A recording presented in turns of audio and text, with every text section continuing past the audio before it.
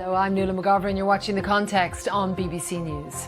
Another sharp rise in interest rates as the Bank of England warns the UK is facing its longest recession on record. From 2.25 to 3% is the biggest single hike in rates since 1989. And the bank's governor says it had to be done.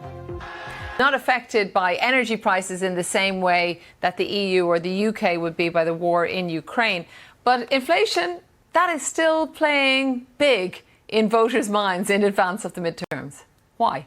Absolutely, Nuala. I mean, there's so much of the coverage you just covered in the United Kingdom is actually applicable here as well. We've had over a decade of a very loose monetary policy. So we've enjoyed low interest rates, but we had over 8% inflation. And so those rates have been fairly aggressively raised by our Federal Reserve, Jay Powell over there. So people are now going into the winter worried that mortgage costs, credit card costs, auto loan costs will all be increased. So yes, we're not in a recession, thankfully, but there is certainly a lot of trepidation as we go into the winter months.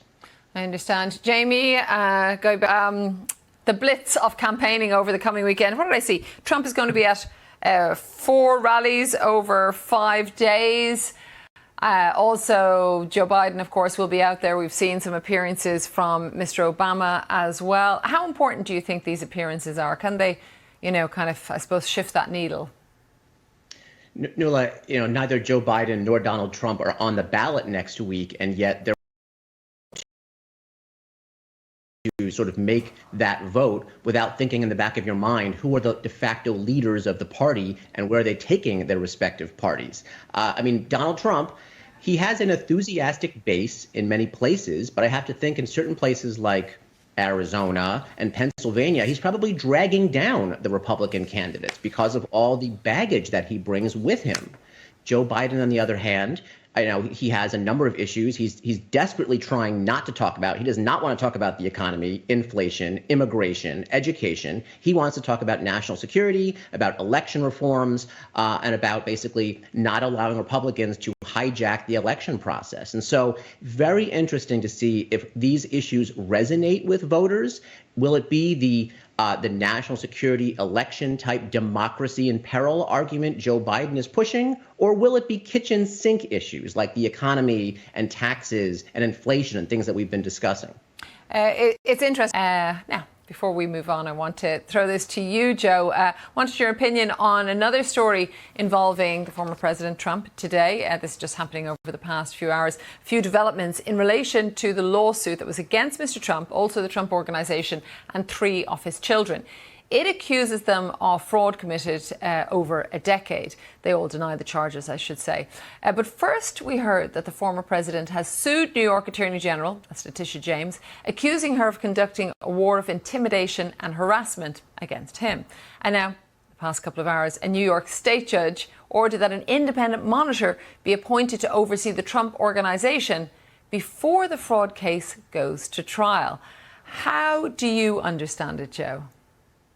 It's amazing, Nuala, because there are so many things here that Donald Trump is able to sort of, deal with and withstand that ordinary candidates could never handle. I mean, even one lawsuit against an ordinary candidate would knock them out, not to mention just many things at various levels of government. I think that Donald Trump seems to come with this litigation baggage all the time. I think if people are inclined to think he is a quasi position. Others adamantly feel that the system is rigged against him. And no matter what it seems he does or is accused of, they'll defend him. I think it'll be really interesting. I think the ultimate question is Donald Trump indicted? Either before or after, if he announces running for president. I think the federal indictment is the one to watch. These state cases, they're interesting. There's a case in Georgia as well.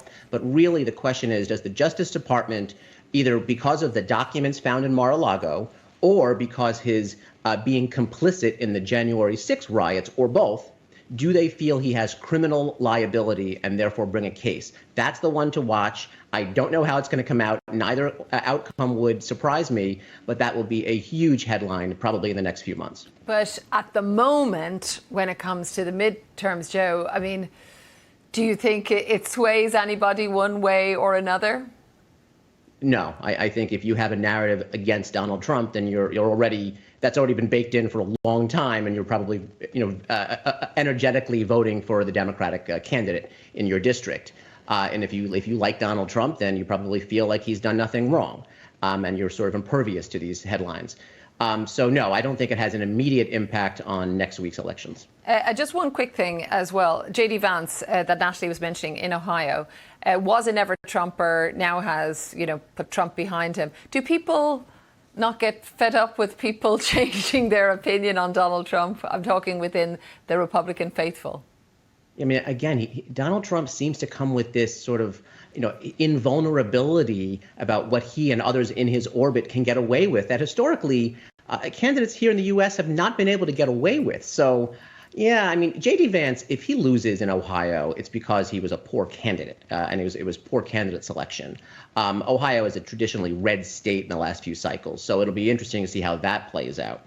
And there's always those recriminations after the election. Did the Republican Party go for too many pro-Trump candidates versus the more moderate electable candidates? And that'll be really interesting on Wednesday and Thursday of next week as we're kind of going through the outcome. When all is revealed right now. But something else, Joe, right off that editorial that in particular caught my eye. It talks about extremist paramilitary groups have, again, it says in the New York Times, become a common presence in American life on college campuses, at public protests and at political rallies. But there are laws in many states, Joe, of banning so-called militias. Do you think if those laws were enforced more vociferously, that could work to stop some? Unfortunately, this is not a problem that can be easily addressed with a legal solution, whether it's to try to ban membership in certain groups or certain kinds of speech or police social media. I mean, you can try to do those things, but that's extremely difficult. I think what there has to be is a zero tolerance expected of our leaders that any political violence is completely condemned. I think that they have to be held accountable. So if you have a Donald Trump figure or a figure on the left, I mean, that happens on both sides. If you have anyone who encourages violence or these types of groups or seems to give a nod of acceptance of their tactics or seems to excuse the things that they do or say, that should be absolutely unacceptable. Now, that's difficult to achieve, right? That's a political solution, and that's a grassroots, ground-up kind of solution. But I don't see any other way. Yes, because I think if we look back at that latest attack on Mr. Pelosi in the United States, obviously Imran Khan was earlier today, there were, very offensive memes, jokes online about that particular attack. And so obviously that zero tolerance isn't coming into force in that particular incident. And I'm just wondering, how could it take hold? How do you change that mentality? It has to be a cultural shift. It has to be that voters reject politicians that make those kinds of statements, that share those kinds of minimizing someone's personal tragedy. Thank goodness Mr. Pelosi is recovering, and no one should sort of mock that situation or make light of it. But it's a long process. There's no quick law that we can pass or policy we can enact to stop this sort of discourse. What do you think, Brian? I mean, because of this, Joe, you've heard there from Beata and also these details about the glaciers disappearing. Is this something that Americans are thinking about? Has it, not the glaciers perhaps specifically, but climate change, COP27, the climate change summit taking place in Egypt. Are these things that Americans are thinking about going in to cast their ballot? If you ask most Americans if they're concerned about the economy and climate change, most of them will say yes. There's always some deniers, but most will say they are concerned. If you ask them, are they willing to be inconvenienced or incur additional expenses in support of a cleaner environment, people kind of back off. And there's a reason that not everyone in America that doesn't have solar panels on their roofs and electric cars in their driveways, because they're expensive.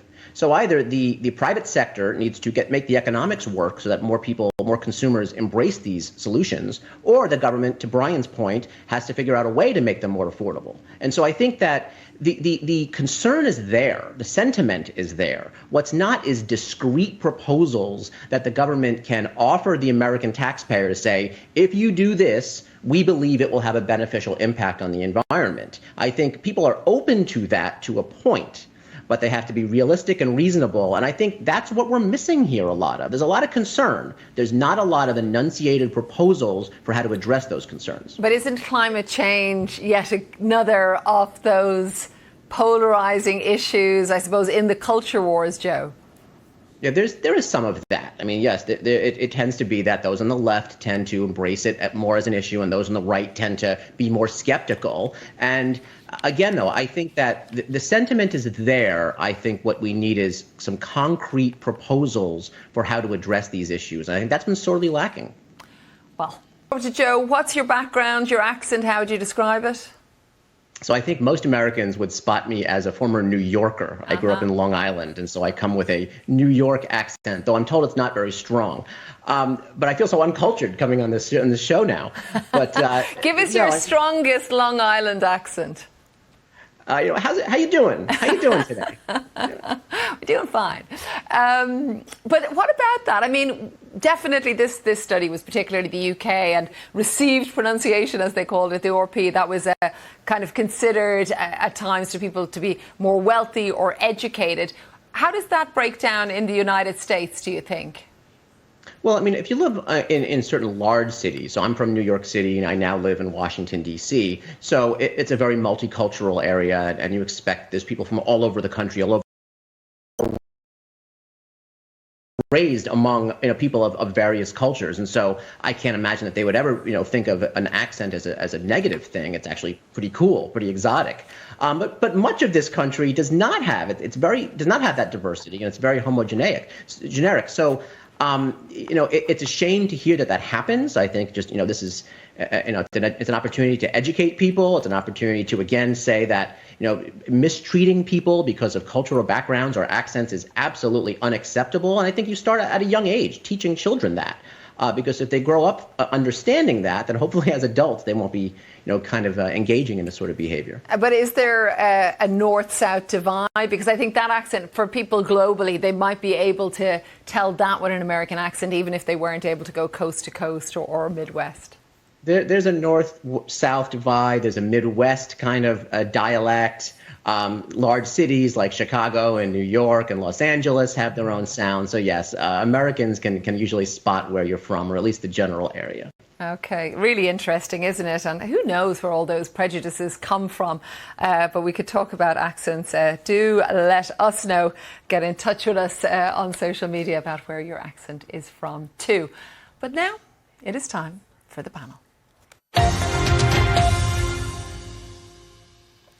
So this is the part of the programme. My guests will tell you what is on their mind, what they are thinking about at the moment. Joe, let me start with you.